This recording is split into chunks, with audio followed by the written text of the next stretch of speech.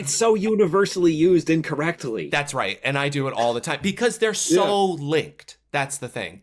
It just gets confusing if you're learning a spot or you're new to surf casting because people say things like fish the tides.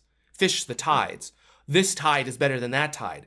But really, you should be focusing, I think, a lot more on the current. This is the good current. That's the bad current. This is the current direction, etc. And sometimes those don't necessarily correspond with the tide. And this is a much more complex topic that I give in my seminars about when tide and current are running against each other in those limited windows where things get really weird. And that can actually be when things get really good.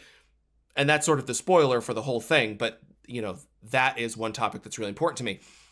But something I want to point out that I hope people were gathering from what you were saying is that for these surf spots that aren't inlets, and let's take away breachways, let's take away outflows, all that stuff too.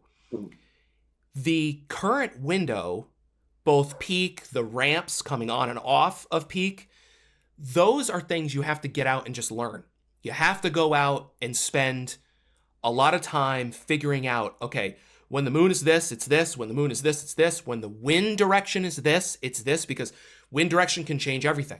Because if you got wind against, if you got wind side, a crosswind, if you got wind with, that can change when these windows happen in terms of peak, in terms of ramp, in terms of how they intersect with the structure.